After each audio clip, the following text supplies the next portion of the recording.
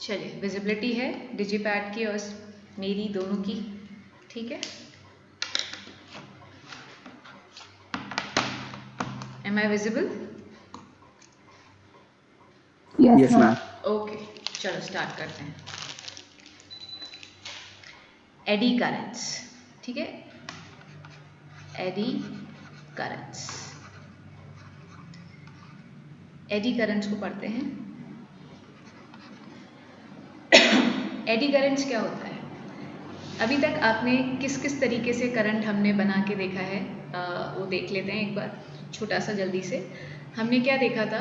अगर हमारे पास एक कॉइल होती है, ठीक है, और इस कॉइल में गैल्वेनोमीटर लगाया हमने और एक मैग्नेट है, इस मैग्नेट को हम मूव करा रहे हैं, ठीक है। अगर हम इस मैग्नेट को मूव कराएंगे तो एवरीबडी नो इसकी मैग्नेटिक लाइन ऑफ फोर्सेस में एंटर करेगी, इसमें करंट इंड्यूस होगा। This is one of the way to induce the current. एक ये मेथड आपने देखा।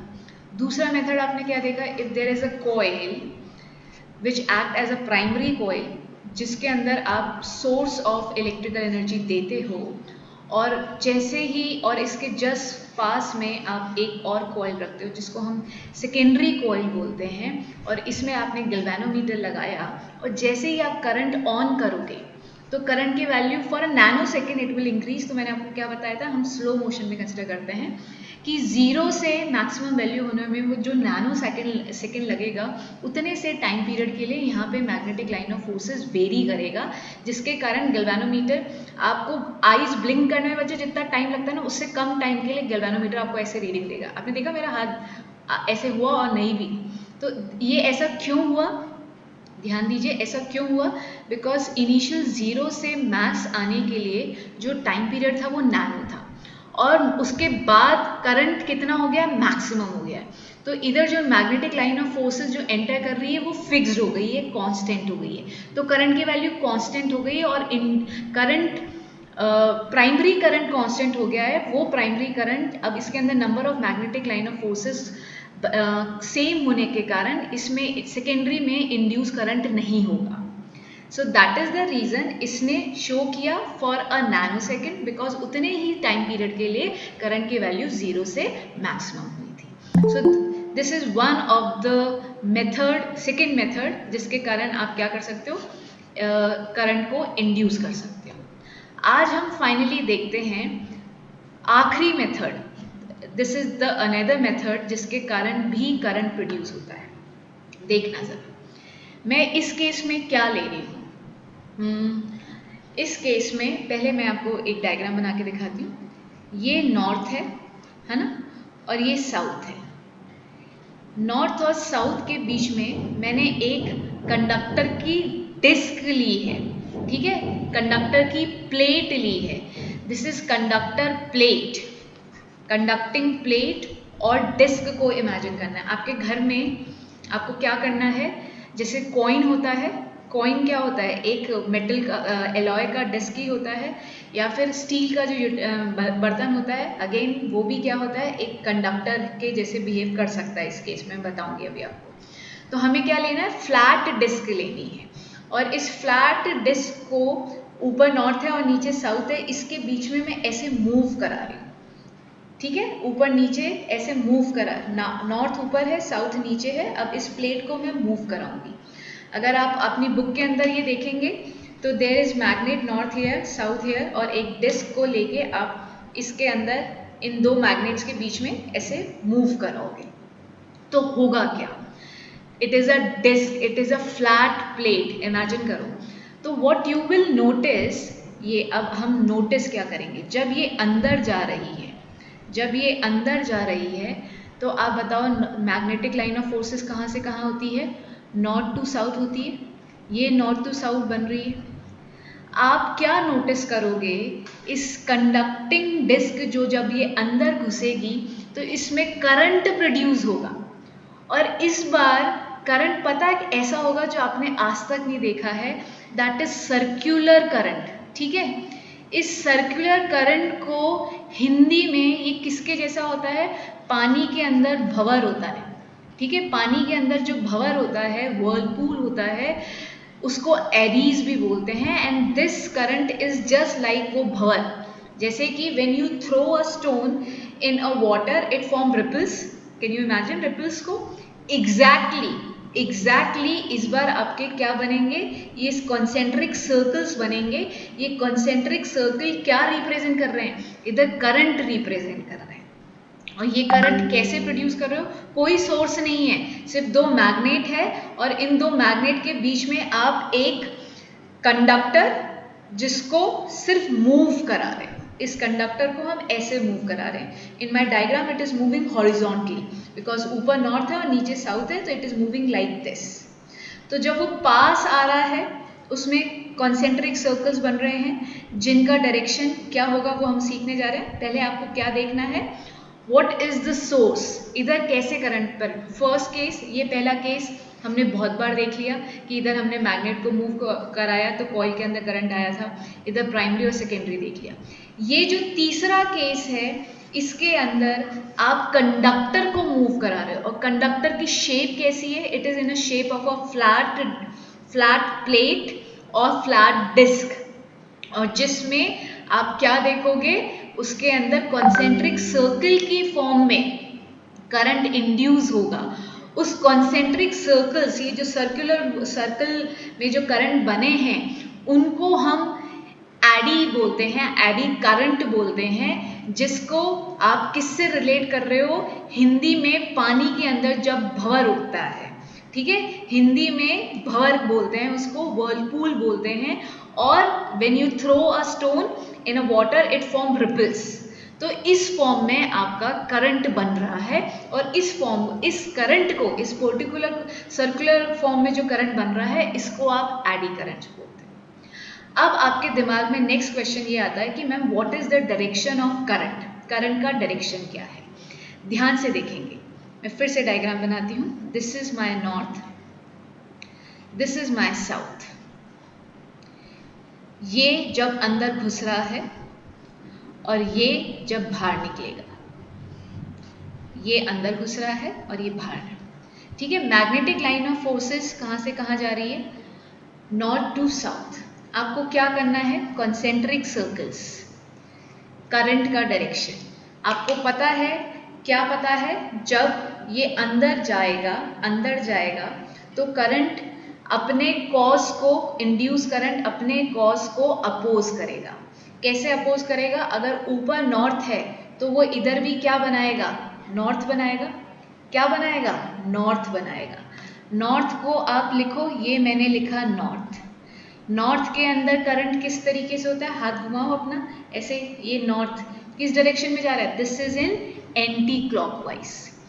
एंटी क्लॉकवाइज में क्यों बन रहा है? Because when we have studied in Lenz law हमें क्या कहता है? The current is always induced in a direction which opposes its cause. Current जो इंड्यूस होता है वो हमेशा अपने कॉज को अपोज करता है। तो जब ये अंदर जा रहा था तो नॉर्थ पोल उसको, ये अंदर जा रहा है, नॉर्थ उसको क्या करेगा? इस डिस्क को अंदर नहीं आने देगा। तो डिस्क अंदर कैसे नहीं आएगी? ये डिस्क क्या करेगी? अपने अंदर करंट प्रोड्यूस करेगी और वो करंट किस तरह का होगा? वो नॉर्थ ही यहाँ पे नॉर्थ बनाएगी, ठीक है। तो ये नॉर्थ बन रहा है और ये नॉर्थ और नॉर्थ जब एक दूसरे को फेस करेंगे तो ये इसका मोशन स्लो डाउन होगा। अभी हम बात करेंगे उसके बारे में। अब साउथ, अब ये दूर जा रहा है। जब ये दूर जाएगा फिर से करंट इंड्यूस होएगा, किस फॉर्म में? एडी करंट के फॉर्म में ही। अब now you have to find out the direction. Again north ऊपर है, अब होगा क्या? Magnetic line of forces reduce कर रही है। तो अगेन जब magnetic line of forces reduce करती है तो इंड्यूस करंट किस डायरेक्शन में होगा? सो दैट वो उसको सपोर्ट करे। सपोर्ट करने के लिए वो क्या करेगा? अगर नॉर्थ फेस कर रहा है तो वो साउथ प्रोड्यूस करेगा, जब भी तो वो अंदर जाएगा, अट्रैक्टिव होएगा, वो और मैग्नेटिक लाइन ऑफ फोर्स बनाना चाह रहा है। तो बनाने के लिए वो क्या करेगा? वो अपने मोशन को अपोज करेगा, वो अंदर आना चाहेगा। तो ये मैंने बनाया साउथ, ये मैंने बनाया south. Now can you see the direction of south? आ रही है बात समझ में? Is this clear to everybody? So this is how eddy currents are formed in a disc, in a plate when it is moved between the magnet. इधर magnet very नहीं कर रही है, इधर कंडक्टर को हम मूव करा रहे हैं. Your conductor is in motion. तो इसका कॉज इससे क्या होता है, ये एडी करंट बेनिफिशियल है या ये कहाँ कहाँ काम में आता है, इसके हम यूजेस देखेंगे. इसका सबसे पहला जो पॉइंट अगर आप इधर देखेंगे तो आपको सिंपल करना क्या है, you have to take 2 disc, उस दो नॉर्थ और साउथ पोल लेना है, उसको एक बार तो रख दो साइड में और सिंपली अपनी डिस्क को मूव कराओ. तो यू विल सी इसका टाइम पीरियड ऑफ ऑसिलेशन ये काफ़ी ज़्यादा देर के लिए ऑसिलेट करेगी. But when you place this disc, moving disc in between the two magnet, then what you will notice, इसका जो ये oscillation का time period है ये reduce कर जाएगा and it will come to rest soon. It will come to rest जल्दी. Why? Because of damped oscillation. I have used the term, ध्यान देंगे, damped oscillation. ये oscillation damped कैसे हुआ देखो ज़रा. जब अंदर घुस रहा था तो ऊपर नॉर्थ था, तो इसने करंट किस डायरेक्शन में इंड्यूस किया, इस डायरेक्शन में इंड्यूस किया कि इधर भी क्या बना, नॉर्थ. तो नॉर्थ नॉर्थ एक दूसरे को रिपेल करते हैं. तो मैग्नेट जब अंदर जा रही थी तो यहाँ पे कंडक्टर जब अंदर जा रहा था तो कंडक्टर पे इंड्यूस करंट के कारण उसका मोशन स्लो डाउन हो गया. उस पर अट्रैक्टिव फोर्स ना लग के कैसा फोर्स लग रहा था, रिपल्सिव. जब वो धीरे धीरे फिर भी अंदर स्लो डाउन हो गया इसका मोशन देखो, क्योंकि इस पर रिपल्सिव फोर्स लग रहा है, और वो फिर भी उसको धीरे धीरे आगे गया. जब उसने मैग्नेट को पार कर लिया तो अब उस पर कैसा मोशन लगेगा, कैसा फोर्स लगेगा, ऊपर नॉर्थ है तो इधर साउथ डेवलप होगा जिसके कारण वो उसको अट्रैक्ट करेगा. तो पहले स्विंगिंग मोशन ऐसे पूरा हो रहा था, अब कैसा होगा, स्विंगिंग मोशन पहले तो यहाँ पे स्लो डाउन हो जाएगा क्योंकि यहाँ पे आते ही उस पर रिपल्सिव फोर्स लग रहा है, और जैसे तैसे वो बाहर जाने लगा तो फिर से उस पर अट्रैक्टिव फोर्स. तो कैन यू इमेजिन इधर जो मोशन होगा, पहला ऑसिलेशन ऐसा, फिर दूसरा ऐसा ऐसा ऐसा ऐसा, and this is finally done. So oscillation को क्या करता है एडी करंट, इस ऑसिलेशन को ये जो पेंडुलम के जैसे स्विंगिंग मोशन था इसको डैम्प्ड कर देता है, इसको स्लो डाउन कर देता है. इसको स्लो डाउन नहीं बोले, मोशन स्लो डाउन हो गया, बट जो स्पीड जो टाइम पीरियड है वो डैम्प्ड, मतलब वो जल्दी से रेस्ट पे आ जाएगा. पहले अगर ये डिस्क 10 सेकेंड के लिए 10 सेकेंड के लिए ऑसिलेट कर रही थी, but when you place this in between the magnet, अब ये कितने सेकेंड के लिए ऑसिलेट करेगी, सिर्फ 5 सेकेंड के लिए, क्योंकि एवरी टाइम जो उसका कंप्लीट ऑसिलेशन था वो हमेशा कम होता जा रहा है and it will finally come to rest. बताओ कुछ समझ में आता है एडी करंट का मतलब क्या होता है. एडी करंट सर्कुलर मोशन में जो करंट बनता है in a disc, in a conducting disc और a conducting plate. Can you imagine ये करंट कैसे बन रहा है, डायरेक्शन समझ में आ रहा है. ये वाला डायग्राम बनाइएगा आप खुद के लिए, ठीक है. This is the diagram you have to represent, और दोनों में एरो का साइन अलग है, एरो अलग अलग है. एरो कैसे निकालते हैं, जब वो अंदर घुस रहा है तो नॉर्थ बनेगा, ये देखो, ये आपको 2 मिनट में डायरेक्शन दे देगा. जब वो बाहर निकलेगा तो साउथ बनेगा, ये इससे आपको डायरेक्शन मिल जाएगा. So this is eddy current. Is this clear. आगे बढ़ूँ मैं, कोई ड्रॉ कर रहा है, मैं थोड़ा सा लिख भी देती हूँ. एडी करंट को हिंदी में ज़रूर लिख लेना, इसको भंवर बोलते हैं. इसमें समझाने का ज़्यादा है, ठीक है, तो आप समझते हुए चलना मेरे साथ. चलिए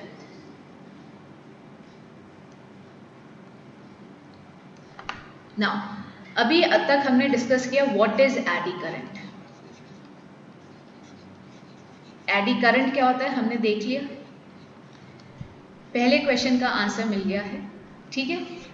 ये अभी तक इसने क्या किया है, ऑसिलेशन को डैम्प्ड कर दिया है, डैम्प्ड ऑसिलेशन करता है. सेकंड, ये वर्ड्स, ये टर्म्स याद कर लो कि इसमें क्या क्या है. हीट लॉस, जरा हम हीट लॉस की बात करें, चलिए आराम से देखेंगे. H इज इक्वल्स टू क्या होता है, I²R.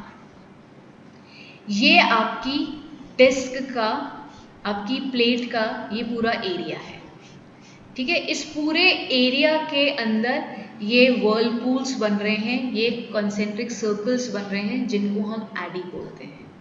तो जितना ज़्यादा सर्कल्स बनेंगे उतना ज़्यादा आई प्रोड्यूस हो रहा है और उतनी ज़्यादा हीट प्रोड्यूस होएगी, आपकी पावर लॉस होएगा, इलेक्ट्रिकल एनर्जी जो प्रोड्यूस हुई है वो हीट के फॉर्म में लॉस हो जाएगी। इसको आप कहाँ देखोगे? जब मैं आपको एसी के अंदर ट्रांसफॉर्मर पढ़ाऊंगी, ठीक है। पर ट्रांसफॉर्मर ऐसे थोड़ा एसी जनरेटर में अभी भी मैं थोड़ा सा बताऊंगी, बट उसकी एग्जैक्ट दिखता कैसा है वो हम एसी में देखेंगे। ट्रांसफॉर्मर के अंदर क्या होता है मैं आपको थोड़ा सा बताती हूँ। एक हम कोर लेते हैं, ठीक है, कोर होती है और उस कोर के ऊपर आप कॉइल्स को लपेटते हो। जैसे कि ये मेरा मोबाइल है, मोबाइल ये कोर है और इसके ऊपर मैं वायर को ऐसे लपेट दूँगी। ये जो कोर होती है हम ये सॉलिड कोर नहीं लेते हैं। क्यों? अगर हम एक ही मोटा सा क्यूबॉइड ले लेंगे तो उसके अंदर बहुत सारा एडी करंट प्रोड्यूस होगा। तो हम क्या करते हैं, यू विल सी कि मैं उधर इस तरह के स्लॉट्स लूँगी, ठीक है, कुछ इस तरह के, और उनको एक के बाद एक लैमिनेट करके बीच में वार्निश लगा के इंसुलेट करके और बहुत पास ज्वाइन करके ऐसे बहुत सारे कोर्स लूँगी। अब ये जो शेप मैंने दी है मेरे रेक्टेंगल को, ये कुल मिला के वापस से पूरा आपका क्यूबॉइड ही बन जाएगा, ठीक है। ये एक थिन प्लेट है, ऐसी बहुत सारी n नंबर ऑफ प्लेट्स को लगा दिया है। बट मैंने एक पूरी सॉलिड क्यूब ना लेके मैंने क्या किया, पतली पतली प्लेट्स ली, उनकी स्टैक बनाई और उन्होंने मिलके क्यूबॉइड बना दिया। क्या है ये? वो कोर जिसके ऊपर आप वायर लपेटते हो। अब आपका क्वेश्चन दिमाग में ये आएगा कि मैम वाई दी स्लॉट्स, ऐसा करने से क्या हुआ? आराम से समझो ऐसा करने से क्या हो रहा है। ये पहली सरफेस थी, आराम से देखें, दिस इज द डिस्क। जब आप इनिशियली ले रहे थे तो दिस वॉज द एरिया। अब इसी डिस्क को में से कुछ एरिया मैंने निकाल दिया, ये स्लॉट्स ऐसी शेप मैंने दी, तो ये क्या है, ये एरिया निकल चुका है, ये स्लॉट्स खाली हो चुके हैं, ठीक है, ये खाली स्लॉट्स हैं। तो एरिया ऑब्वियसली अगर आप इन दोनों को देखो तो इन दोनों में से किसका एरिया कम है? एरिया लो, इसका, और इसका एरिया ज़्यादा। What is the formula of resistance? Resistance is rho L by A. What is the formula of heat produced? H is equals to I square R. ये बोर्ड्स में बहुत famous topic है, boards की theory के लिए ये question ये eddy currents के बारे में आता है, बहुत इंटरेस्टिंग है। आप सीख लोगे, समझ लोगे तो लर्न करने में टाइम नहीं लगेगा, देखना। तो now you can see that जब हमने ऐसे स्लॉट्स निकाल लिए तो मैंने क्या कर दिया है, एरिया कम कर दिया है। एरिया कम करने से मेरा रेजिस्टेंस बढ़ गया है। And you know that resistance and current are inversely proportional, मतलब रेजिस्टेंस बढ़ने के कारण करंट कम हो गया है। कौन सा current? Eddy current. Can you see मेरे अब जो वर्लपूल्स बनेंगे, ये देखो इतने से एरिया में ही तो ये एडी करंट्स बन रहा है। एडी करंट रिड्यूस हो गया, yes it is being reduced by forming slots. एक पूरी डिस्क ना लेके मैंने डिस्क में स्लॉट्स कर दिए हैं, जिसके कारण एरिया रिड्यूस हो गया है। एरिया रिड्यूस होने के कारण रेजिस्टेंस रिड्यूस हो गया है। रेजिस्टेंस कम होने के कारण रेजिस्टेंस बढ़ गया है, और रेजिस्टेंस बढ़ने के कारण करंट रिड्यूस हो गया है। करंट कौन सा? ये करंट कौन सा है? This is the eddy current, जो कि अनवांटेड है फिलहाल इस केस में, क्योंकि हम what is the purpose of generator जो हम बात करेंगे, या ट्रांसफॉर्मर। तो अभी हम ट्रांसफॉर्मर की अगर हम बात करें तो वो क्या करता है, बहुत सारी इलेक्ट्रिकल एनर्जी को ट्रांसफ़र करता है। अगर ट्रांसफ़र के अंदर बहुत सारी इलेक्ट्रिकल एनर्जी हीट एनर्जी में कन्वर्ट होकर वेस्ट हो जाएगी तो इट इज़ अनवांटेड। ये इस टाइम पे एडी करंट्स अनवांटेड है, ये हमें नुकसान दे रहे हैं क्योंकि बहुत सारी इलेक्ट्रिकल एनर्जी हीट में कन्वर्ट होकर वेस्ट हो रही है। तो इस ट्रांसफॉर्मर को हमने कैसे बनाया? ट्रांसफॉर्मर के अंदर एक सॉफ्ट कोर की जो क्यूबॉइड लेते हैं, जो सॉलिड कोर लेते हैं, वो सॉलिड होता है बट सॉफ्ट कोर होता है। You know that why soft? Because soft अपनी मैग्नेटिक प्रॉपर्टीज को लूज कर देता है जैसे ही करंट स्विच ऑफ होता है, ठीक है। तो ये सॉलिड ना लेके हम क्या लेंगे, we will take these plates having slots and we will put n numbers of, बहुत सारी हम ऐसी प्लेट्स रख देंगे, and there will be a varnish between them, जिससे कि इंसुलेशन प्रोड्यूस हो। ये पूरी वर्किंग हम देखेंगे। And they together form this solid soft core. ये सॉफ्ट कोर की शेप बन जाएगी। ठीक है, इस तरीके से हमने एडी करंट्स को रिड्यूस किया। तो मुझे बता दीजिए यहाँ तक समझ में आया? चैट विंडो पे रिप्लाई करना, ठीक है, कि पहला हमने हीट लॉस को कैसे ओवरकम किया। यस, जल्दी से रिप्लाई करो, फिर मैं आगे बढ़ूंगी। और कुछ डाउट हो तो वो भी पूछ लो, ठीक है? पूछोगे तो अच्छा लगेगा क्योंकि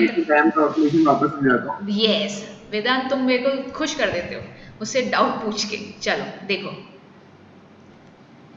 देखो जरा, डैम्प्ड ऑसिलेशन का मतलब क्या है। मैं एक बार डायग्राम दूसरा बना रही हूँ, बट काम समझाने के लिए वही लूंगी। Let me try the 3D version for you.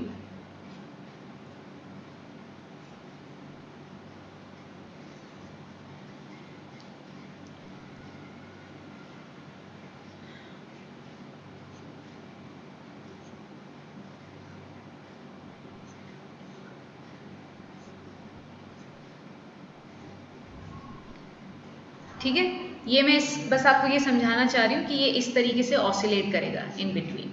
ये मैं डायग्राम ऐसे ऑसिलेट करता है। समझने के लिए बेस्ट डायग्राम जो मैंने बनाया वो है, समझो। हम एडी करंट्स देख रहे हैं कैसे प्रोड्यूस हो रहे हैं। How are they produce? When there is a plate और अ डिस्क, कंडक्टिंग प्लेट और a disc which is being moved in between a magnet. Magnet की मैग्नेटिक फील्ड कांस्टेंट है, फील्ड कांस्टेंट है। इधर वेरी क्या हो रहा है? ये मोशन, ये इस तरीके से वेरी कर रहा है। तो जब ये कंडक्टर अंदर घुसेगा, जब ये अंदर जाएगा, तो मैग्नेटिक लाइन, मैग्नेटिक फील्ड जो होगी वो इंक्रीज करेगी, है ना?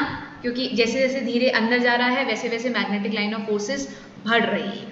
ठीक है, मैग्नेटिक लाइन बढ़ने के, जब वो बढ़ेगी तो हमें क्या पता है? हमें फैराडे ने ये बताया है कि वो करंट को, वो पहले तो ईएमएफ इंड्यूस करती है, और ईएमएफ जो इंड्यूस होता है वो करंट को इंड्यूस करता है। And what is the direction of induce current? Opposite, it oppose the cause. तो इधर कॉज क्या है? Changing magnetic field. Magnetic field कैसी है? बढ़ रही है। तो मैग्नेटिक फील्ड इस डायरेक्शन में बढ़ रही है, तो ऑब्वियसली वो क्या क्रिएट करता है? ये तो आप लोगों को वेदांत शायद समझ में आ गया होगा बेटू, कि जब नॉर्थ को फेस करता है तो वो खुद भी क्या प्रोड्यूस ही करता है? नॉर्थ प्रोड्यूस करता है। तो जब ये अंदर घुसेगा, ये अंदर जा रहा है, तो इस पे कौन सा फोर्स लगना चाहिए? Obviously repulsive. रिपल्सिव फोर्स कैसे लगेगा? जब यहाँ पे भी नॉर्थ ही बन जाए, और नॉर्थ पे जैसे मैं एरो लगाती हूँ बच्चा जी इस तरीके से, तो ये मुझे क्या देता है? Direction of current. ये मेरे वर्लपूल, ये मेरा एडी करंट बन गया जब ये अंदर घुस रहा है। अब जैसे जैसे ये अंदर घुसेगा, तो क्योंकि इंड्यूस करंट हो चुका है अपोजिट टू द डायरेक्शन, जो कि मोशन को अपोज कर रहा है, जिसके कारण इसका मोशन जो लेट से v स्पीड से एंटर कर रहा था, now it will enter with v dash, जो कि कम हो गई है। क्यों? क्योंकि रिपल्सिव फोर्स लगा है नॉर्थ नॉर्थ के कारण। अब वो इस v डैश की स्पीड जो कि कंटिन्यूसली कम होती जा रही है, वो यहां तक आ गया। जब वो यहां तक पहुंच जाएगा तो क्या हो रहा है? मैग्नेटिक लाइन ऑफ फोर्सेस अब कम हो रही है। तो वो कम हो रही है तो वो क्या करेगा? उसको बढ़ाना चाहेगा। बढ़ाएगा कैसे? अगर इधर नॉर्थ है तो इधर साउथ प्रोड्यूस करेगा। साउथ प्रोड्यूस करेगा तो भैया करंट का डायरेक्शन क्या होगा? Current will be like this. अब वो जाना चाह रहा था इधर राइट हैंड साइड में, उसका एरो कहाँ है? इधर। अब आप उस पर फिर से अपोजिंग फोर्स लग रहा है, जो कि अपोजिट डायरेक्शन में। अपोजिंग फोर्स उसको कहाँ कर खींच रहा है? अंदर की तरफ। तो फिर से उसका मोशन स्लो डाउन होगा। तो अगर पहला ऑसिलेशन उसने ये किया, तो दूसरी बार उसका ऑसिलेशन सिर्फ इतना ही होगा, फिर और कम होगा, फिर और कम होगा, फाइनली उसका मोशन खत्म कर दिया आपने। तो ये मोशन, ये जो ऑसिलेशन था उसको डैम्प्ड कर दिया। डैम्प्ड करना मतलब क्या? आपने जल्दी खत्म कर दिया उसको। ठीक है, ऑसिलेशन जो लंबे समय तक चलता 10 सेकेंड के लिए, उसको 5 सेकेंड में ही रोक दिया। That is called damped oscillation. बताओ मैम, इसमें ऐसा हो सकता है कि फर्स्ट जब ऑसिलेशन हो रहा हो तो v या तो जीरो हो जाए, बिल्कुल क्लोज टू जीरो हो जाए। मतलब जब वो अंदर घुस रहा है तो तुम ये वी डैश की बारे में बात कर रहे हो वेदांत? हाँ हाँ हाँ वो हाँ, मतलब वो रिड्यूस होता जाता है और जो ये वाला केस होगा ना, इस केस में 0 हो जाएगा। मैं लेकिन फर्स्ट केस में हो गया तो इतना भी इंड्यूस करंट की वैल्यू इतनी ज़्यादा नहीं हो पाती है। मतलब क्यों, वो होता क्या है बेटो, इंड्यूस करंट अगर तुम याद करो ईएमएफ किस पे डिपेंड करता था, तुम्हें अभी क्लियर हो जाएगा। D flux by d t इसके चेंज पे डिपेंड करता था, वो इस पे डिपेंड नहीं कर रहा था कि फ्लक्स आप किस स्पीड से मूव करा रहे हो। याद आ रहा है तुमको? हम ये चेंज ये कितना बड़ा है, तो अगर तुम देखो अगर वो मूव कर रहा है, अगर उसकी स्पीड बहुत तेज है तो एकदम से वैल्यू 10 से, मतलब मैग्नेटिक फील्ड इनिशियली 0 थी और 20 आ गई, तो ईएमएफ बहुत ज़्यादा होगा। उस केस में इंड्यूस करंट भी बहुत ज़्यादा होगा। अगर आपने उसको धीरे से छोड़ा है ना, वेदन मेरी बात समझना बेटू, अगर आपने धीरे से छोड़ा है तो क्या होगा, जो चेंज आएगा मैग्नेटिक लाइन ऑफ फोर्स धीरे धीरे बढ़ रही है, पहले 3 फिर 5, तो ये जो डी फ्लक्स है वो छोटा है। डी फ्लक्स छोटा है तो इंड्यूस ईएमएफ छोटा है, इंड्यूस ईएमएफ छोटा है तो करंट छोटा है। कौन सा? AD current. तो अगर तुमको चाहिए, जैसा कि तुम बोल रहे हो कि मैम पहली बार में मैं स्पीड उसकी 0 करना चाहता हूँ कि वो पहली बार में डैम्प हो जाए, तो उसको बहुत तेज वेलोसिटी से छोड़ो। समझ रहे हो? बताओ मुझे। ओके मैम, आ गया। Oh good. चलिए, किसी और का कोई डाउट है तो मैं आगे बढ़ूँ, नहीं तो चलिए आगे बढ़ते हैं ना। हमने ये देखा कि इधर तो हीट लॉस हमारे काम का नहीं है। अब हेडिंग डाल सकते हो आप, uses of eddy current. Uses of eddy current.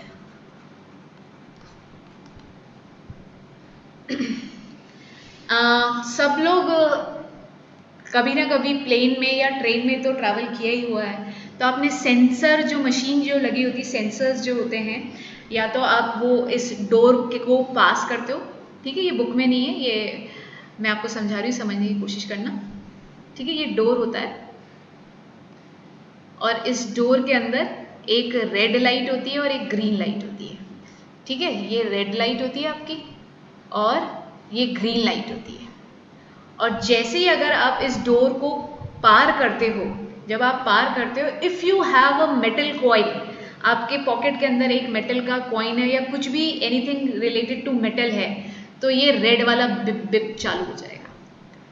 या फिर आपने देखा होगा जो पुलिस वाले होते हैं उनके हाथ में इस तरह की सेंसिंग मशीन होती है ना, वो हाथ में ऐसे डिस्क लेके घूमते हैं जो बीच में से हॉलो होती है, और सिंपल अगर मैं एक कॉइन भी लेके आऊँगी तो वो कॉइन के आगे भी बिप करेगा, अगर मैं प्लेट लेके आई स्टील की तो उसमें भी वो बिप करता है।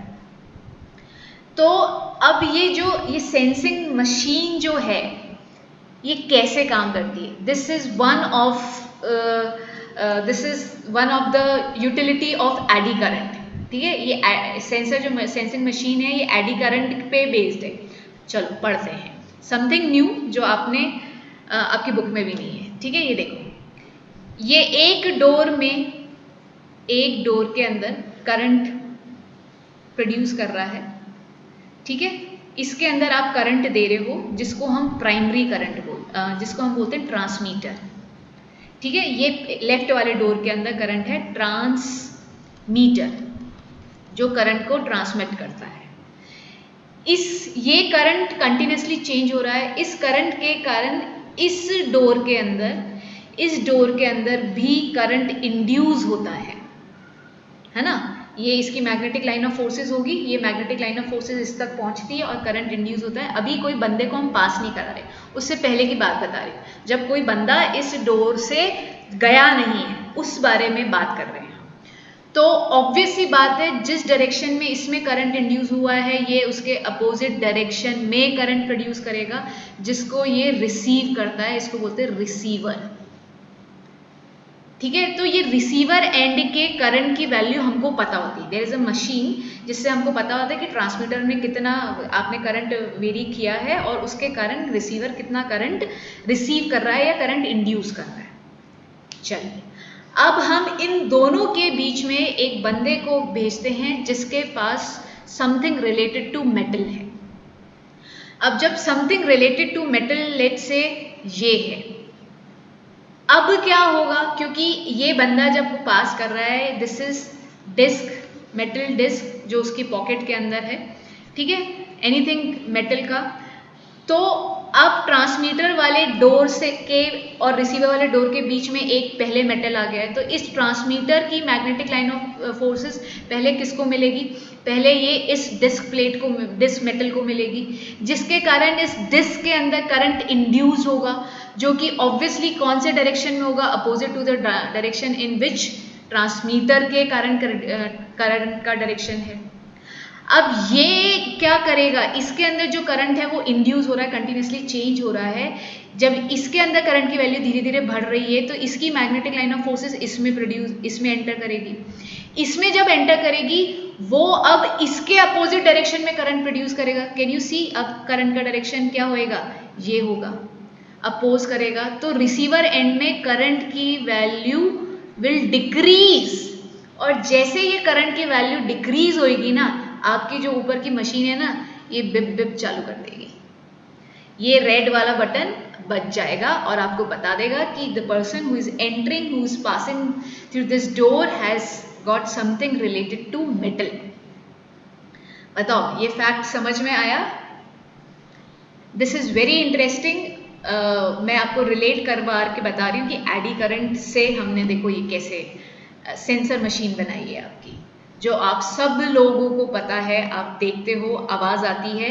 अब अगली बार जब ऐसा होगा तो you know the mechanism behind that door कि भैया हो क्या रहा है ना। मजा आएगा ना जब आप जाओगे तो आपको जैसे ही आप पास करोगे आपके दिमाग में एक बार तो आएगा एडी करंट, है ना। ठीक है, सो this is very interesting fact. चलो और इंटरेस्टिंग फैक्ट इसके बारे में देखते हैं। किसी को डायग्राम बनाना है? This is just for your knowledge. मुझे लगा कि फिजिक्स हम पढ़ते हैं तो थोड़ी सी नॉलेजेबल बात बताइए आपको। ओके, नेक्स्ट देखते हैं। सेकेंड,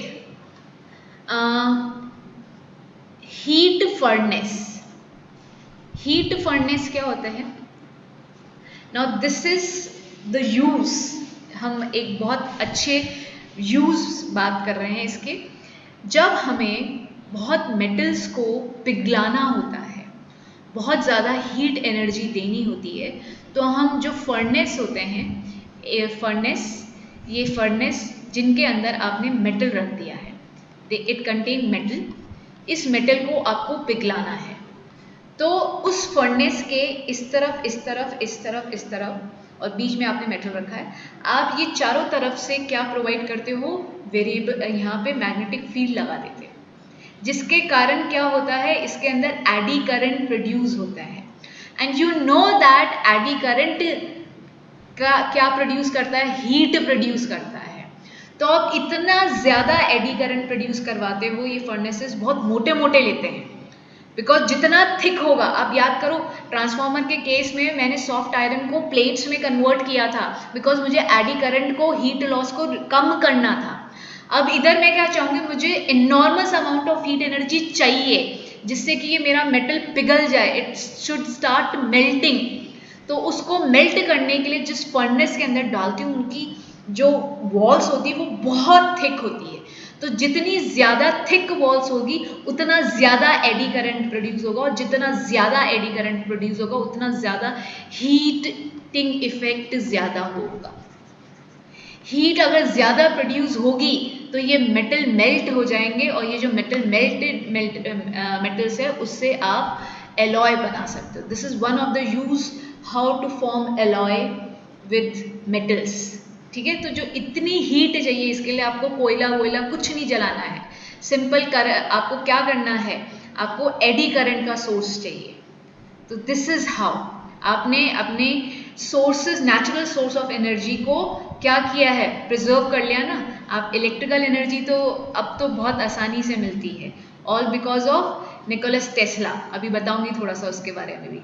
तो पहले तो अब जो निकोलस टेस्ला के कारण जो एसी करंट से जो हमको इलेक्ट्रिकल एनर्जी मिलती है, वैसे भी इसके अंदर तो आपको पता है एडी करंट के लिए तो हमको एनर्जी, इलेक्ट्रिकल एनर्जी देनी ही नहीं है, हमको तो क्या करना है, अब इधर फर्नेस को मूव ना करा के हम मैग्नेटिक फील्ड को वेरी करा देंगे। तो अगर वेरिएबल मैग्नेटिक फील्ड लगा दूंगी तो क्या होगा, इन फर्नेस की वॉल में क्या प्रोड्यूस हो जाएगा, एडी करंट। ऑब्वियसली मैं इस फर्नेस को ऐसे सिर्फ झूले के जैसे मूव नहीं कराऊंगी, तो मैं क्या करूंगी, जो इसके चारों तरफ मैग्नेट लगी होगी उसको वेरी करूंगी। और वेरिएबल मैग्नेटिक कैसे कर सकती हूँ, एसी करंट। एसी करंट क्या देगा, एसी करंट में करंट की वैल्यू वेरी करती है। करंट की वैल्यू वेरी करने का क्या मतलब है, मैग्नेटिक फील्ड वेरी करेगी। मैग्नेटिक फील्ड वेरी कर रही है तो मेरे इन फर्नेसेस की वॉल में क्या प्रोड्यूस हो सकता है, एडी करंट। इमेजिन करो ये सारी चीजें, ठीक है। Can you imagine this situation.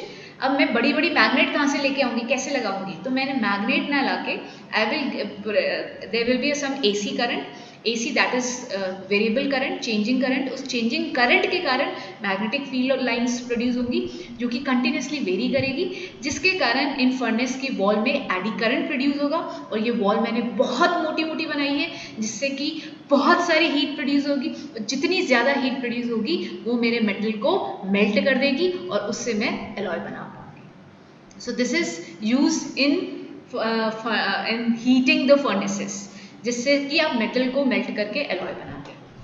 बढ़ूँ मैं आगे, चलो नेक्स्ट यूज बताते हैं। Magnetic brakes, third magnetic breaks.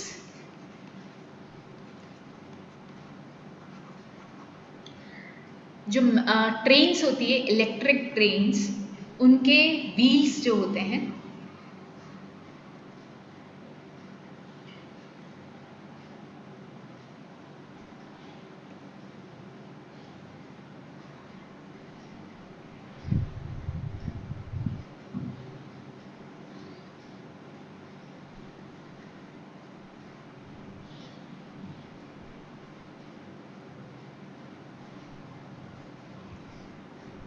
ये व्हील है जो कि रोटेट कर रहा है इस डायरेक्शन में। अब आपको ये जो व्हील रोटेट कर रहा है, इस रोटेटिंग व्हील को according to the station coming in forward आपको ब्रेक अप्लाई करने हैं। मैग्नेटिक ब्रेक्स की बात करें, बहुत ही अच्छा यूज है it is a frictional force without contact, ठीक है। इसको बोलते हैं अ फ्रिक्शनल फोर्स विदाउट कॉन्टैक्ट।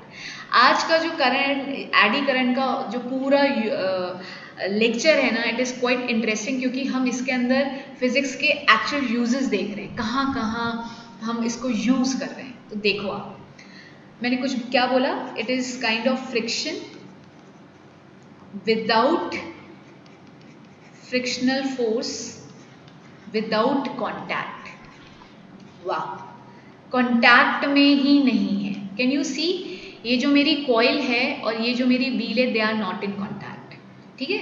मैंने diagram, this is not the actual diagram, but कोशिश कर समझाने की कोशिश करके सिर्फ आपको ये बताना। डिस्क ब्रेक्स होता है वैसा कुछ, क्या ब्रेक्स की बात कर रही हूँ, मैग्नेटिक ब्रेक्स की बात कर रही हूँ, ट्रेन्स के अंदर डिस्क ब्रेक जैसे होता है वैसे ही कुछ, हाँ वैसा कुछ बोल सकते हो। सुनो, तो अब जब ये व्हील रोटेट कर रही है and you there is a station in the forward direction जहाँ पे आपको रुकना है, तो आप क्या करोगे, इस कॉइल के अंदर वेरिएबल करंट प्रोवाइड करोगे, वेरिएबल करंट। और सिंपल आप ये बोल सकते हो, यू विल प्रोवाइड करंट, ठीक है। वो करंट जैसे जैसे बढ़ेगा, इसके अंदर मैग्नेटिक लाइन ऑफ फोर्सेस बनेगी। वो magnetic line of forces in wheel में पास होगी। ट्रेन की व्हील्स लोहे की होती है, मेटल की होती है, इतना पता होगा आई थिंक, ठीक है। तो जब ये मैग्नेटिक लाइन ऑफ फोर्सेस इसमें एंटर करेगी, और अगर करंट वेरिएबल करंट आप दे रहे हो, तो obviously magnetic line of forces भी कंटिन्यूसली वेरी कर रही है, और उसको वेरी कराने की ज़रूरत ही नहीं है। इधर क्या है, ये कंटिन्यूसली हमारा घूम ही रहा है। तो होगा क्या, जब मैग्नेटिक लाइन ऑफ फोर्सेस इसके अंदर से पास करेगी, तो इस व्हील के अंदर एडी करंट प्रोड्यूस होगा या नहीं होगा, क्योंकि मैग्नेटिक लाइन ऑफ फोर्सेस इस मेटल को क्या कर रही है, पास कर रही है, और ये घूम रहा है ही ऑलरेडी। तो जब ये एंटर करेगी मैग्नेटिक लाइन ऑफ फोर्सेस इस व्हील में, तो एडी करंट प्रोड्यूस होगा। और हमेशा एडी करंट किस डायरेक्शन में प्रोड्यूस होता है, जिस डायरेक्शन में व्हील रोटेट कर रही है, ऑब्वियसली वो अपोजिट डायरेक्शन में प्रोड्यूस होगा, उसके मोशन को डैम्प करना चाहेगा, और एडी करंट के कारण एडी करंट के कारण जो व्हील ऐसे जा रहा था अब वो कैसे जाएगा, वो ऐसे जाएगा ड्यू टू एडी करंट्स। और आपकी जो व्हील है, जो ट्रेन का व्हील है वो रुक जाएगा। So this is one of the use of eddy current, magnetic brakes in train, जिसके अंदर there is no frictional force, there is a force, frictional force without contact, क्योंकि we know that when there is a frictional force there is a contact between two bodies, and when there is a contact between two bodies it produce wear and tear. ठीक है, spark भी produce होता है। आपने कभी देखा हो आपके आसपास ट्रेन में जब ब्रेक लगता है तो नीचे ऐसे स्पार्क प्रोड्यूस होता है फ्रिक्शन के कारण। तो अब ऐसा कुछ नहीं होगा क्योंकि ये इन दोनों के बीच में कोई कांटेक्ट नहीं है। तो ये इलेक्ट्रिकल ट्रेन के अंदर मैग्नेटिक ब्रेक्स होते हैं और वो मैग्नेटिक ब्रेक किस पे वर्क करते हैं, एडी करंट पे वर्क करते हैं। ऊपर आपने कॉइल रख दिया है व्हील के, उस कॉइल के अंदर आप करंट दोगे, उस करंट के कारण मैग्नेटिक लाइन ऑफ फोर्सेस इस व्हील में एंटर करेगी। वो मैग्नेटिक लाइन ऑफ फोर्सेस क्या प्रोड्यूस करती है, eddy current, circular eddy current produce करेगी। और वो एडी करंट क्या करता है, वो हमेशा अपने कॉज को अपोज करेगा। ठीक है, तो वो बेसिकली क्या करेगा, इस व्हील को व्हील अगर आगे फॉरवर्ड डायरेक्शन में जा रही है तो वो अपोजिट डायरेक्शन में लेना चाहेगा, उसके मोशन को अपोज करेगा। ठीक है, आ रही बात समझ में? बेसिकली जो magnetic line of forces enter कर रही है उसको कम करना चाहेगा। ठीक है, जिसके कारण होता क्या है, मोशन ही अपोज होता है। डैम्प्ड मोशन में हमने क्या देखा था, नॉर्थ के कारण जब वो अंदर आ रहा था तो रिपल्सिव फोर्स लग गया था बिकॉज ऑफ एडी करंट। तो this is how it work, magnetic brakes in train. Is this okay? आता है? और क्या यूज है तो मैं देख के मैं बताऊं, कुछ और है? ओके ना इतने ही है। These are the very important. Frictional force without contact लिख लेना, ये क्या करता है, इट, हाँ मैम जो बॉम्ब या फिर लैंडमाइन CRP-7 जैसे कुछ होता है उनको डिटेक्ट करने भी यही काम आता है क्या? वापस से बोलना। जो बॉम्ब्स वगैरह होते हैं लाइक CRP-7 या फिर लैंडमाइंस, तो उनको अच्छा, डिटेक्ट वो करने जो भी यही काम। सेंसर्स लेके घूमते हैं तुम उसके लिए बात कर रहे हो? हाँ मैम, CRP-7 जैसे। हाँ हाँ, वो अब देखो बॉम्ब के अंदर डलता तो थोड़ा बहुत मेटल है, but let me check it कि वो जो उसके अंदर बिप करता है कि वो उसी के कारण होता है, तो मैं पूरा 100% देख के कंफर्म करूँ। न्यूक्लियर बॉम्ब्स में तो मेटल तो बहुत कम रहता है एक्चुअली, तो तो लिक्विड यही न्यूक्लियर तो कह बॉम्ब। रही हूँ ना कि अगर वैसे मेटल होता है बट क्वांटिटी अमाउंट बहुत कम होता है, तो वो देखना पड़ेगा, वो इस पे बेस्ड है। लैंडमाइंस में तो होता है मेटल बहुत, लैंडमाइंस में तो बहुत मेटल होता है, लेकिन लिक्विड और न्यूक्लियर बॉम्ब से कम होता है। हाँ, न्यूक्लियर बॉम्ब वो रेडियो एक्टिव सब्सटेंस पे बनते हैं, तो अब वो रेडियो एक्टिव सब्सटेंस की प्रॉपर्टी ही डिफरेंट हो जाती है। तो this it will, I have to see, मुझे देखना पड़ेगा कि वो वाला सेंसर और जो हम अपनी बॉडी में, तो बेसिकली हमारी बॉडी में तो कुछ है नहीं, है तो मेटल ही हमारे हाथ में, तो वो मेटल को डिटेक्ट कर रहा है, तो वो बॉम्ब के लिए देख के बताऊंगी मैं। ठीक है, अगर मुझे मिलता है तो कहीं से। It retard motion. So this is all about eddy current. ये थ्योरेटिकल क्वेश्चन, इस पे बहुत 5 मार्क्स का बनता है और बच्चे इस क्वेश्चन से घबराते हैं, बट अब आपको ऐसी नॉलेज है कि आज आपको अगर मैं अभी भी लिखने को दे दूँ तो आई हैव दैट फीलिंग कि मेरे बच्चे एक पेज तो अभी भी लिख सकते हैं। ठीक है, एडी करंट क्या होता है, वो कैसे मोशन को डैम्प करता है, वो कैसे हीट, उससे हीट लॉसेस होते हैं और उसके यूजेस क्या हैं इंडक्शन फर्नेस के अंदर, मैग्नेटिक ब्रेक्स के अंदर। तो इतनी सारी चीज़ें भी अगर आप लिखना चालू करोगे तो एक पेज तो बढ़ जाएगा आपका, दैट इज़ गुड इनफ, है ना? तो ये तो बिना पढ़े आज की सिर्फ सुनने के बेसिस पे आप लोग लिख सकते हो।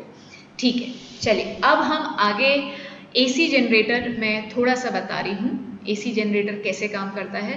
This is not in your course AC generator.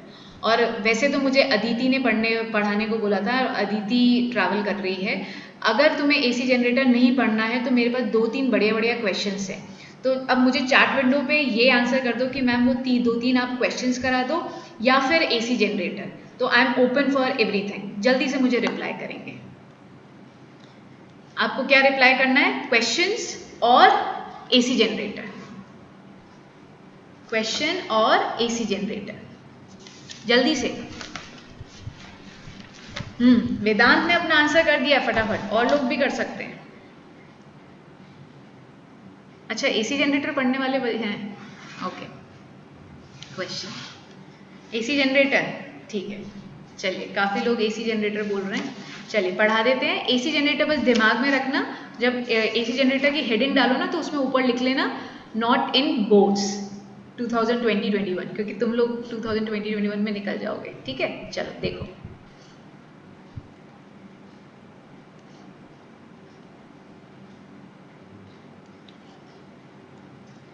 AC generator. चलो तुम्हें थोड़ी सी एक स्टोरी बताती हूँ। एसी जनरेटर के बारे में डिस्कवरी किसने करी थी? निकोलस टेस्ला ने करी थी।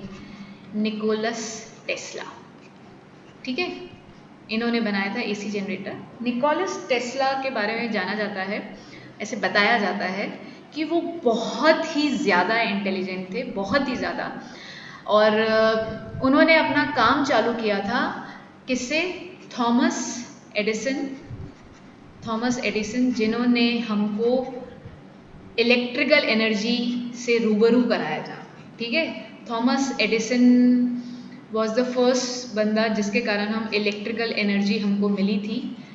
जो उन्होंने हमको इलेक्ट्रिकल एनर्जी दी थी that was chemical conversion to electrical. Chemical energy को उन्होंने कन्वर्ट किया था इनटू इलेक्ट्रिकल एनर्जी। तो ये जो थॉमस एडिसन थे ये बहुत फेमस तो थे, प्लस क्योंकि वो एक रेवोल्यूशन लेके आए थे, उन्होंने इलेक्ट्रिकल एनर्जी प्रोड्यूस करी थी, तो इन्होंने बहुत बहुत बहुत ज़्यादा पैसा कमाया था। और ऐसा बोला जाता है कि हज़ारों से भी ज़्यादा इनके डिस्कवरीज इनके नाम पे है। और ये भी मैं ऐसी माना जाता है कि ये सारी डिस्कवरी इनकी नहीं है, क्योंकि इनके पास इतना पैसा आ चुका था कि इन्होंने बाद में दूसरों की डिस्कवरीज अपने नाम से खरीद भी ली थी। तो निकोलस टेस्ला इनकी फर्म में काम करने गए थे। तो since he was on job, तो वो इनिशियली अपना काम कर रहे थे, but he was a very brilliant man. वो एक्स्ट्रा ऑर्डनरी बंदा थे निकोलस टेस्ला। और जब इतना दिमाग वाला बंदा किसी के अंडर काम करता है तो वो सिर्फ एक ही धड़ल्ले पे काम नहीं करता रहता है। तो समहाउ निकोलस टेस्ला को पता लगा कि हर बार इलेक्ट्रिकल एनर्जी, ये जो केमिकल से जो इलेक्ट्रिकल एनर्जी बच्चे जो मिलती थी, इट वॉज वेरी कॉस्टली, ठीक है, ये बहुत कॉस्टली अफेयर था। तो निकोलस टेस्ला ने अपने कुछ एक्सपेरिमेंट्स किए और उसके कारण उन्होंने ये बता दिया कि हमें इलेक्ट्रिकल एनर्जी अगर प्रोड्यूस करनी है तो every time we do not required a chemical energy. हमें क्या करना है, सिर्फ दो मैग्नेट चाहिए और एक कॉइल चाहिए और उस कॉइल को घुमाना है, ठीक है। तो अगर आप सिर्फ एक बार मैकेनिकल एनर्जी थोड़ी सी दे दो तो ये घूमना चालू हो जाएगा। ये वेरिएबल मैग्नेटिक फील्ड के कारण एक कंडक्टर के अंदर इलेक्ट्रिकल एनर्जी प्रोड्यूस हो सकती है। And it was of actually no cost. मतलब कहाँ थॉमस एडिसन मतलब अरबपति खरबपति बन गए थे बिकॉज ऑफ इट्स डिस्कवरी, ये केमिकल एनर्जी से इलेक्ट्रिकल एनर्जी। तो निकोलस टेस्ला ने अपनी पहला experiment, since he was working under him as a employee, तो उन्होंने इस डिस्कवरी के बारे में थॉमस को जाके बताया। ऑब्वियस सी बात है थॉमस ये झेल नहीं पाए, उनको लगा कि भाई अगर ये ऐसा कुछ हो गया तो उनकी दुकान बंद हो जाएगी। तो देयर वॉज अ टाइम जब इनके बीच में इन डिफरेंसेस, जब दो स्ट्रॉन्ग हेडेड पर्सन मिलते हैं तो ऑब्वियसली डिफरेंसेस होते हैं, क्लैशेस होते हैं। तो क्लैशेस हुए और फाइनली निकोलस टेस्ला ने इनको छोड़ दिया। इन्होंने अपनी डिस्कवरी को आगे बढ़ाया and finally now we know that जो रिवोल्यूशन आया था वो निकोलस टेस्ला था, कि जो घर घर में जो उन्होंने उजाला किया है। सिंस बिकॉज घर घर हम इसलिए बोल रहे हैं बिकॉज हमारे घर में आज एसी करंट ही आ रहा है। तो इस एसी करंट का कि जो दाता हैं, जिसने हमको इंट्रोड्यूस किया एसी करंट से, वो निकोलस टेस्ला है। ऐसा भी कहा जाता है कि निकोलस टेस्ला ब्लैक मैजिक भी करते थे, but we will not talk about that, ठीक है। तो ठीक है, so it was a story, कुछ थोड़ा बहुत पता होना चाहिए आप लोगों को। तो निकोलस टेस्ला ने हमको एसी जनरेटर से रूबरू कराया था and it was a revolution जिसको हम पढ़ते हैं। चलिए देखते हैं एसी जनरेटर बेसिकली क्या करता है। It is a device which convert the mechanical energy into electrical energy, ठीक है। तो इसमें हमको क्या चाहिए, इसके अंदर हमको एक स्ट्रॉन्ग मैग्नेट चाहिए होती है। हम दो मैग्नेट लेते हैं, एक मैग्नेट का नॉर्थ दूसरी मैग्नेट के साउथ को फेस करता है, यू नो दैट मैग्नेट के दो टुकड़े करके नॉर्थ और साउथ नहीं कर सकते, बिकॉज एवरी टाइम जो टुकड़े होते हैं वो नॉर्थ और साउथ में डेवलप हो जाते हैं। तो एक मैग्नेट का नॉर्थ हमने फेस करते हुए रखा और दूसरी मैग्नेट का साउथ रखा। इधर हमने एक सॉफ्ट आयरन का कोर लिया और उस सॉफ्ट आयरन के कोर पे हमने खूब सारी कॉइल को लपेट दिया, ठीक है। और ये लपेटी हुई कॉइल को मैं खाली ये एक ही सर्कल दिखा एक ही लूप दिखा रही हूँ, बट बहुत सारे ऐसे लपेटा था। जैसे कि मैंने अपना मोबाइल पहले लेके ये सॉफ्ट आयरन कोर है और इसके ऊपर आपने लपेट दिया, ठीक है। इसके दूसरे इस एंड पे आपने क्या किया, आप इधर भी कर सकते हो। इधर हम एक एक्सेल लेते हैं, एक्सेल जिसको हम घुमाएंगे, और इधर हमारी एक वायर है और ये दूसरी वायर है। इस वायर को हमने एक फुल रिंग से कनेक्ट किया है, इसको भी एक फुल रिंग से कनेक्ट किया है, और इस रिंग को हमने एक ब्रश से कनेक्ट किया है। This is S1 B1, this is S2। कृति तुमने मुझसे पढ़ा है 10th के अंदर, याद आ रहा हो तो, B2 और हाँ ओके। और यहाँ पे हमने अपना बल्ब लगा लिया, this is our bulb. Check करेंगे ना, okay. S1 and S2 are called slip rings. Slip rings. What do they do? They maintain the contact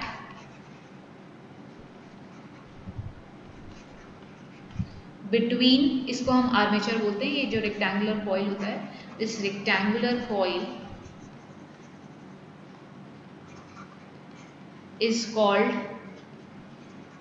armature, ठीक है।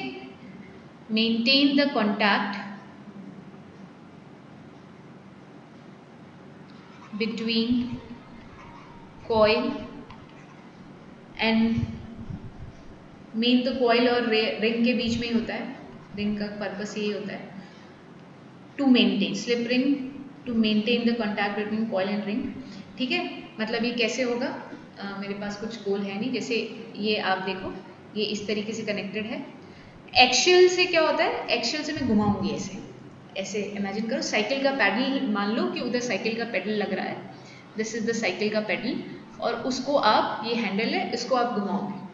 तो जब उसको घुमाओगे तो ये स्लिप रिंग से इस तरीके से ये वायर टच हो रही है, तो जब ये घूमेगा तो ये रिंग भी उसके साथ घूमेगी, ठीक है। रिंग उसके साथ घूमेगी ऐसे। ये जैसे मैं इसको स्टेशनरी एक बार दिखाने के लिए, ये घूम रहा है तो इसके साथ ये रिंग घूमेगी, बट अभी आप ऐसे देख नहीं पाओगे, ठीक है। और ये मेरे को दूसरा पेज करना पड़ेगा, चलो ध्यान ही नहीं रहा, चलिए देखते हैं। और B1 और B2 brushes, B2 are carbon brushes, ये कार्बन ब्रशेस होते हैं। ये कार्बन ब्रशेस बेसिकली कैसे कनेक्टेड होते हैं बच्चों, ये जो रिंग है ना, इस रिंग, ये रिंग कार्बन ब्रश की बॉडी को ऐसे स्लाइड करती हुई जाती है, ठीक है। There is no adhesive contact. Adhesive contact वो होता है जो जिसके कारण तो रिंग तो चिपक जाएगी ब्रश के, तो एडहेसिव कॉन्टैक्ट नहीं होता है। Contact they just touch and it slide over the surface of brush. Ring घूमेगी, ब्रश अपनी जगह पे रहेगा, बट रिंग हमेशा उसको टच करती हुई घूमेगी। रिंग मेटल की है, ब्रश मेटल का है, और ऑब्वियसली आपकी कॉइल तो मेटल की है ही, कंडक्टर्स है ये सब। कंडक्टर होगा तो करंट को पाथ मिलता जाएगा। Brush should be of conducting body, because brush आगे क्या करेंगे, कॉइल के अंदर करंट इंड्यूस होगा, वो इंड्यूस करंट रिंग के अंदर से जाके, ब्रश के अंदर से जाके आपकी अंदर जो नीचे वाला सर्किट है जिसके अंदर आपने बल्ब लगा रखा है, उसके अंदर करंट जाएगा, उसके अंदर करंट जाता है, ठीक है। तो पर्पस समझ में आ रहा है। स्लिप B1 और B2 अपनी पोजीशन पे रहेंगे। अगर आप देखो S1 और S2 के बीच में, S1 और B1 मतलब स्लिप रिंग और ब्रश के बीच में एडहेसिव फोर्स लगता, तो अगर जब रिंग घूमता तो ब्रश भी घूमता, और नीचे का जो ये वाला पूरा जो आपका सर्किट है ये पूरा घूम जाता है, ऐसे एंटेंगल्ड हो जाता। बट अब ये एंटेंगल नहीं होगा क्योंकि स्लिप रिंग सिर्फ इसको ऐसे स्लाइड करती हुई जाएगी हर बार, ठीक है। तो ये अपनी पोजीशन में रहेगा, तो ये जो नीचे का डायग्राम है उसको फिक्स्ड रखेगा अपनी पोजीशन पे, तो वो एंटेंगल नहीं होंगी बायस अपने आप में। और कॉन्टैक्ट सबके बीच में चाहिए सो दैट इलेक्ट्रिकल एनर्जी जो प्रोड्यूस होगी वो कंटिन्यूसली रेक्टेंगुलर कॉइल से रिंग में, रिंग से ब्रश में, और ब्रश से ये आउटपुट के अंदर चली जाए, बल्ब के बल्ब एनलाइटन अप हो जाए, ठीक है। मैकेनिकल सोर्स क्या है, ये जो एक्सियल है, इस एक्सियल को आप घुमाओगे, ठीक है। अब एक्सियल को घुमाने से क्या होता है, इनिशियली डायग्राम देखो, पहले केस में ये मेरी मैग्नेट है नॉर्थ और ये साउथ। मैग्नेटिक फील्ड कैसे निकल रही है, मैग्नेटिक फील्ड निकल रही है नॉर्थ टू साउथ, है ना, ये ऐसे निकल रही है नॉर्थ टू साउथ। और ये मेरी रेक्टेंगुलर कॉइल है, ये मेरी रेक्टेंगुलर कॉइल है। तो कैन यू सी, अभी मैंने रेक्टेंगुलर मैग्नेटिक फील्ड जो रेक्टेंगुलर कॉइल है मैंने उसको मैग्नेटिक फील्ड के प्लेन में रखा है, मैग्नेटिक फील्ड के प्लेन में रखा है इस तरीके से। अगर मेरी मैग्नेटिक लाइन ऑफ फोर्स निकल रही है तो मेरी जो ये रेक्टेंगुलर कॉइल है वो विद इन द प्लेन है। तो विद इन द प्लेन है तो क्या मैग्नेटिक लाइन ऑफ फोर्सेस इसकी सरफेस को काटती हुई अंदर जा रही, नो, ऐसे निकल जाएगी। अब मैं इस कॉइल को घुमाया 90 डिग्री, घुमा दिया, अब क्या होगा, ये मैग्नेटिक लाइन ऑफ फोर्सेस क्या होगी, इसको काटती हुई जाएंगी। तो मैं क्या करूंगी, मैं इस एक्सल को घुमाऊंगी इस तरीके से। तो हर बार क्या होगा, initially there is no flux link with the coil क्योंकि मैग्नेटिक लाइन ऑफ फोर्सेस से कट नहीं हो रही है, फिर मैक्सिमम फ्लक्स लिंक होएगी, फिर वापस से जीरो हो जाएगी, फिर मैक्सिमम होएगी, और ये इस तरीके से क्या होगा, कंटिन्यूसली फ्लक्स वेरी करेगा। और वेरिएबल फ्लक्स आपको क्या देता है, ईएमएफ इंड्यूस होता है, और ईएमएफ इंड्यूस के कारण क्या होता है, करंट इंड्यूस होता है, ठीक है। तो हमको जैसे 10th में हमने देखा था कि A B C D alternating current कैसे प्रोड्यूस, वो नहीं देखना है आपको, रिलेशनशिप देखनी है कि what will be the value of induce current and what will be the value of induced EMF. तो हम डायरेक्टली उस पर आ रहे हैं, केस समझ में आ रहा है। ये अभी फिर मैं इस तरीके से बनाऊंगी, 3D स्ट्रक्चर बनाना तो डिफिकल्ट है लेट फॉर मी, तो अरे ये तो बहुत ही बुरा बन रहा है।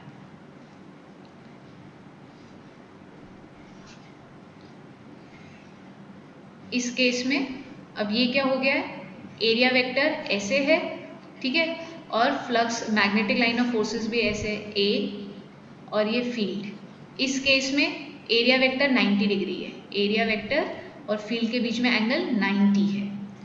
जब मेरी कॉइल मैग्नेट के ही किस में है, प्लेन में है, ये जो मेरा रेक्टेंगुलर कॉइल है ये मैग्नेटिक फील्ड जिस डायरेक्शन में उसी प्लेन में, और जब मैंने इसको घुमाना चालू किया तो अब मैग्नेटिक फील्ड तो ऐसे है और एरिया वेक्टर क्या हो गया है, उसी के एरिया वेक्टर और मैग्नेटिक फील्ड के अंदर 0 डिग्री एंगल। मैग्नेटिक फ्लक्स का फॉर्मूला क्या होता है, बी ए कॉस थीटा।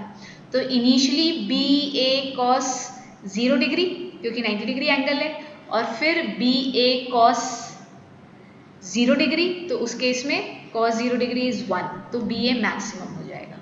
तो आप कंटिन्यूसली घुमाओगे तो हम 0 से 90 के बीच में बहुत सारे एंगल है, 30, 60, 45, तो हर बार magnetic line of forces change हो रही है, वेरी हो रही है, और variable magnetic line of forces के कारण मैग्नेटिक फ्लक्स के कारण induce current, induce EMF, then induce current, ठीक है। अब हम फाइनली हमारी रिलेशनशिप पे आते हैं, चलो आ जाओ, एक बार पानी पीना है।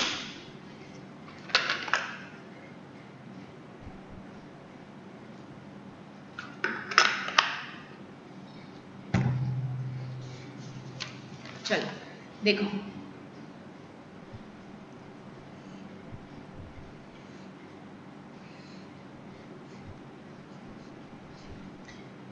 इनिशियली व्हेन t इज 0 हम कौन सा इसको ओमेगा फ्रीक्वेंसी से घुमा रहे हैं, ओमेगा, ठीक है। Theta equals to omega T होता है, पता ही आप लोगों को, angular velocity is equals to angular displacement upon time. तो आफ्टर टाइम टी, जब t स्मॉल t के बराबर हो गया है तो what is the flux linked? Flux linked क्या होगा? B A cos omega T, theta की जगह क्या लिख देंगे? Omega T. अगर हमारी coil n number of turns की है तो total number of turn flux कितना हो जाएगा? ये फ्लक्स क्या कर रहा है? वेरी कर रहा है। ये तो एट पर्टिकुलर टाइम का ही तो बोलोगे ना। चलो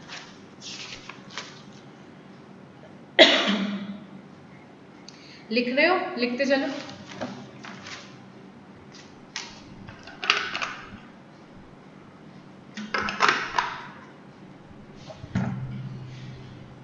लिखो, इसके बारे में लिख लो। Magnetic flux linked with coil, ठीक। और एन नंबर, ये नेट, ये तो टोटल फ्लक्स है अभी, ठीक है। नाउ द ईएमएफ इंड्यूस्ड,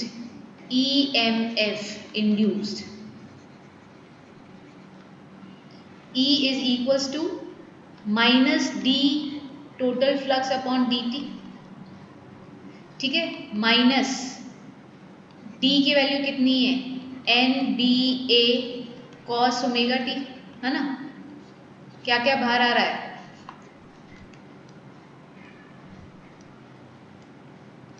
ये हमारा E में माइनस एन बी ए बाहर आ जाएगा और d कॉस ओमेगा टी को with respect to D T आप डिफ्रेंशिएट कर दोगे तो क्या वैल्यू आएगी? Minus N B A cos omega T का डिफ्रेंशिएशन क्या होता है? Minus sine omega T into omega, ये डिफ्रेंशिएशन हो गया। तो ईएमएफ की वैल्यू कितनी आ गई? N B A omega sine omega T. ये पूरा कांस्टेंट होता है तो इसको हम ई नॉट भी लिखते हैं। E nought is equal to N B A sine और एन बी ए ओमेगा, ठीक है। तो इससे आपका फॉर्मूला क्या आ गया? आप लिखते जाना बच्चे, ठीक है। अगर उधर ये देखो, ये लिखा है मैंने अभी तक, तो ये कितना आ जाएगा? E is equals to E naught sine omega T, ये आपका फॉर्मूला आ गया, ठीक है। आई EMF इंड्यूस्ड है, ये आई इंड्यूस कितना होगा? E इंड्यूस अपॉन R, तो आई इंड्यूस का फॉर्मूला क्या हो जाएगा? E not sine omega T upon R। अब ये दोनों कांस्टेंट है तो इधर I की वैल्यू क्या हो जाएगी? I induced is equals to I nought upon sine omega T. लिख लो, फिर मैं इसका ग्राफ ड्रॉ करूँगी। लिख के बताना हो गया तो मैं फिर आगे बढ़ूँगी, है ना। जल्दी से लिखो और बताओ, लिख लो फिर बताना मुझे।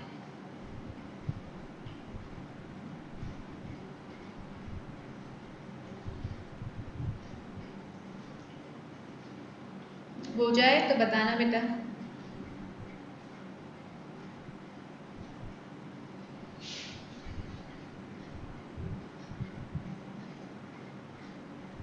हो गया?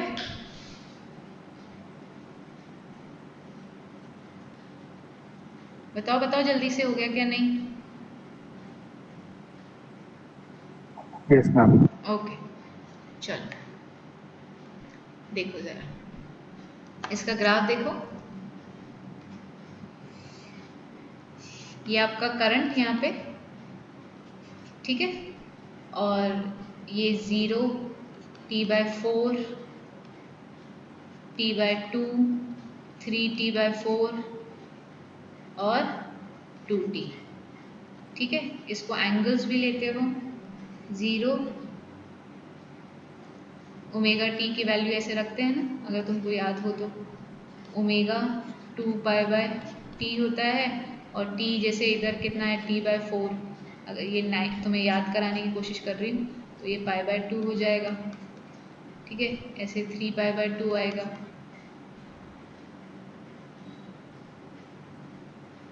T/4 पे आ रही है ना,